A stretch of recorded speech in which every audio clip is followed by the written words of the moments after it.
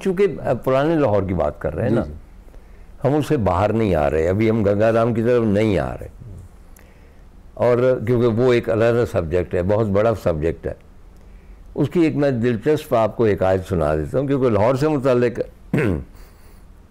मैं अमेरिका था, अपनी बेटी वहाँ पे वो मेरी ऑरलैंडो में, तो मैंने अखबार में पढ़ा कि वर्मोंट में एक खातून सेनेटर मुंतखब हुई, और जब वो हल्फ लेने के लिए गई हैं तो उन्होंने अपना कोई आबाई लिबास पहना हुआ था जिसका नाम था शलवार कमीज़, और उसकी तस्वीर थी खातून की। अब खातून गोरी लग रही थी लेकिन शलवार कमीज़ पहनी हुई थी, और उसके नीचे उनका बयान था कि ये मैंने अपना आबाई लिबास इसलिए पहना है कि basically I am a Punjabi, और मेरा ग्रैंड फादर जो था, he was a very famous man in Lahore. वो सर गंगाराम की पड़पोती थी, केशा गंगाराम। अब मैंने जी यहाँ ये भी है। जी हाँ, तो वो मैंने अपनी बेटी को कहा, मैंने कहा कोई तरीका हो सकता है किसी बात करने का, just because she was wearing shalwar kameez, तो वो ज़रा उससे आपको अपनी इलाकाई जो है तअस्सुब उसको सेटिस्फेक्शन होती। इलाकाई नहीं, वो तो सारे पाकिस्तान का। तो 3-4 दिन के बाद उसने टाइम दे दिया, तो मेरी केशा के साथ कुछ तकरीबन 1-1.5 घंटा गुफ्तगू हुई। बेटी मेरी ने बॉर्न किया कि अब्बू आप बातें बहुत करते हैं, और मैं करता हूँ, तो ये बिज़ी लोग होते हैं, शी इज़ ए सेनेटर, उसको और भी बहुत सारे काम होते हैं, उसने फ़लस्तीन और इसराइल के दौरे पे भी जाना है वगैरह वगैरह। और याद रहे कि वो इतनी पंजाबन भी नहीं है, उसका खामन ज्यू है, उसकी माँ भी ज्यूइश थी। तो केशा के साथ जब बात हुई तो वो शपड़ कोई नाश्ता नुश्ता कर रही थी, तो उसने मुझे बताया कि इस तरह मैं आई एम सो हैप्पी कि you have telephone me, I hear you are from Lahore. मैंने कहा हाँ, मैं एक ऐसी बस्ती से आया हूँ जहाँ तुम्हारा ग्रैंड फादर जो था, परदादा, उसकी रूह अब भी वहाँ पे महसूस की जा सकती है। और उसके बाद मैंने, क्योंकि इन किताबों में लाहौर आवारगी में भी, दीवानगी में बड़ी तफसील से गंगापुर का और बाकी सारा किया है तज़किरा, तो कहने लगी मुझे अपनी किताबें भेज दीजिए। तो मैंने कहा कि आप तो उर्दू नहीं जानती। कहने लगी नहीं, मेरी एक सहेली है, वो उर्दू से ट्रांसलेशन करती है, तो वो कर देगी। इंटरेस्टिंग बात यह है कि शी एडमिटेड कि मुझे अपने परदादा के बारे में बहुत ज़्यादा इल्म नहीं था। हमारी यूनिवर्सिटी में एक पाकिस्तानी प्रोफेसर है, मजीद या माजिद, जब मैंने उनसे तज़किरा किया तो उन्होंने मेरा एहतराम इस तरह किया जैसे कि मैं वली अल्लाह हूँ। उनका कि आप जानते ही नहीं कि आपके परदादा का हम पे क्या एहसान है लाहौर का, तो हम उसे फादर ऑफ मॉडर्न लाहौर कहते हैं। एग्जैक्टली। अब मेरी बेटी बार बार इशारे कर रही है कि खामोश हो जाए, ख़त्म करें, अब वो चुप नहीं हो रही। उनके अंदर वो जो लाहौरी जी जी पुराना। तो आखिरी बात मैं बता दूं, फिर वो लाहौर भी आई और मुझे इनवाइट तो किया गया, मैं गया नहीं क्योंकि बहरहाल वो कुछ और वजूहात थी। तो मैंने उनसे पूछा, मैंने कहा कि ये जो वीडियो है, क्या इसका मैं थोड़ा सा कंटेंट डाल सकता हूँ अपने किसी फेसबुक वगैरह, क्योंकि इजाज़त लेनी पड़ती है ना। ओ एकदम वो नर्वस सी हो गई, कहने लगी कि मुझे पता होता तो मैं नाश्ता ना करती। अच्छा। और वो मुसलसल खाती चली जा रही थी। मैंने कहा कि ये जो आप नाश्ता कर रही हैं ना, ये इससे जाहिर होता है कि आप लाहौर की हैं, कि लाहौर वाले भी खुराक को बहुत पसंद करते हैं। एग्जैक्टली। तो केशा की बाद में बात करेंगे, लेकिन यहाँ पे देखे ना अहमद, अच्छा एक तो बहुत एहसान है अमृतसर का कि वहाँ से ऐसे ऐसे लाजवाल लोग आए, सैफुद्दीन सैफ वहाँ से आए, ए अमीर आए, तासीर फैज़ वहाँ पे पढ़ते रहे, उसके बाद अहमद राई आए, मतलब यू नेम इट, कि अमृतसर के बहुत से बड़े अदीब। लेकिन अगेन वही जो मैं कहता हूँ कि वो बड़े तब हुए जब वो लाहौर आए, जब उनके ऊपर लाहौर की मोहर लगी। जी जी। नासिर काज़मी आए अम्बाला से। जी, नासिर काज़मी अम्बाला से आए। हाँ नहीं, वो तो मैं बल्कि इंतज़ार हुसैन आए बधाइयों से, किशोर नाइद बुलंदशहर से आई, तो मैं मजाक से कहा करता था, इसको किश्वर को भी कहता हूँ, इंतज़ार साहब को कहा करता, मैं कहता था, क्योंकि उनके जो था कॉलम, उसका नाम लाहौरनामा होता।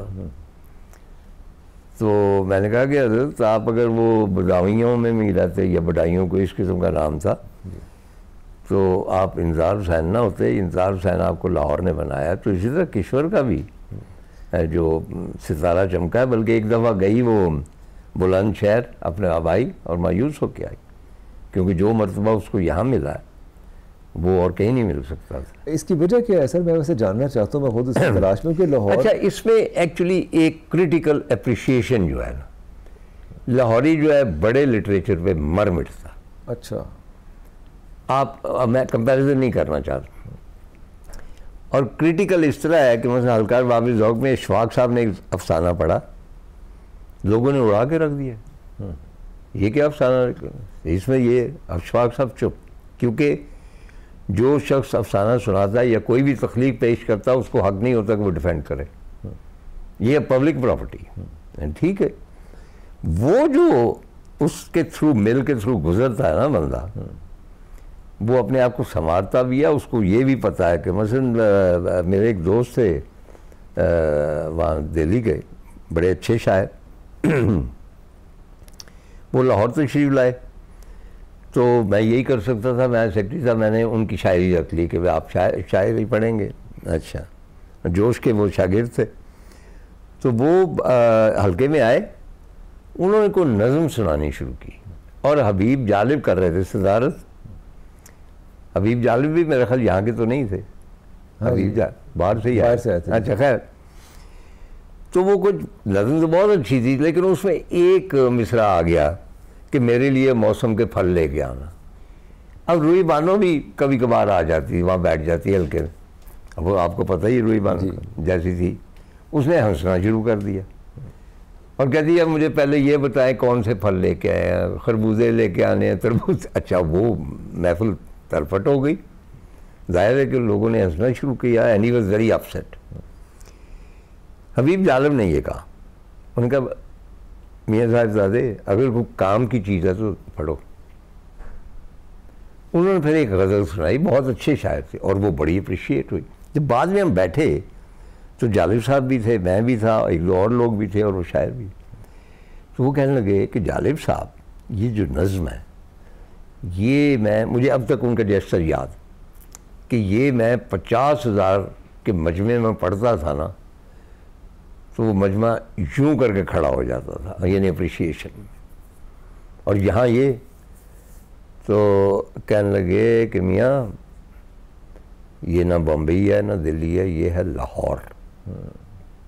यहाँ संभल के पढ़ना पड़ता है, काम की चीज़ हो तो लोग दाद देते हैं, वरना नहीं देते। ये वो कटाली है जिसमें से सबको निकलना पड़ता है, तब वो बड़े होते। ये है लाहौर में। आगा शूरश काश्मीरी थे यहाँ। हाँ, नहीं मतलब कि हस्तियाँ तो मतलब है कि यू नेम इट। हाँ जी। और पिछले एपिसोड्स में हम डिस्कस कर चुके हैं कि कृष्ण चंद्र भी हैं, बेदी भी हैं, और बेशुमार मतलब के लोग हैं, और ज़हीर काश्मीरी जैसा है। हमें खबर है कि हम हैं चिरागे आखिरी शब, हमारे बाद अंधेरा नहीं उजाला है। ऐसा शानदार शेर ज़हीर काश्मीरी मेरे हमसाये थे, बीडन रोड पे रहते। वाह वाह। अब है क्या लाख बदल चश्मे गुरेज़ां की तरह, हाँ। मैं हूँ जिंदा तेरे टूटे हुए पैमां की तरह। वाह। कोई दस्तक कोई आहट न शनासा आवाज़, वाह। खाक उड़ती है तेरे दिल पे बेआबां की तरह। वाह। तू मेरी ज़ात मेरी रूह मेरा हुस्ने कलाम, देख अब तू न बदल गर्दिश दौरां की तरह। वाह। ज़हीर काश्मीरी से। और अख्तर शिरानी, आप भूल रहे हैं। जी जी जी, अख्तर शिरानी। अख्तर शिरानी हकीम नैयर वासी के थे, और अमृतसरी है। हाँ, वो भी अमृतसर के थे, नहीं उधर आगे करके कहीं के, उर्दू स्पीकिंग।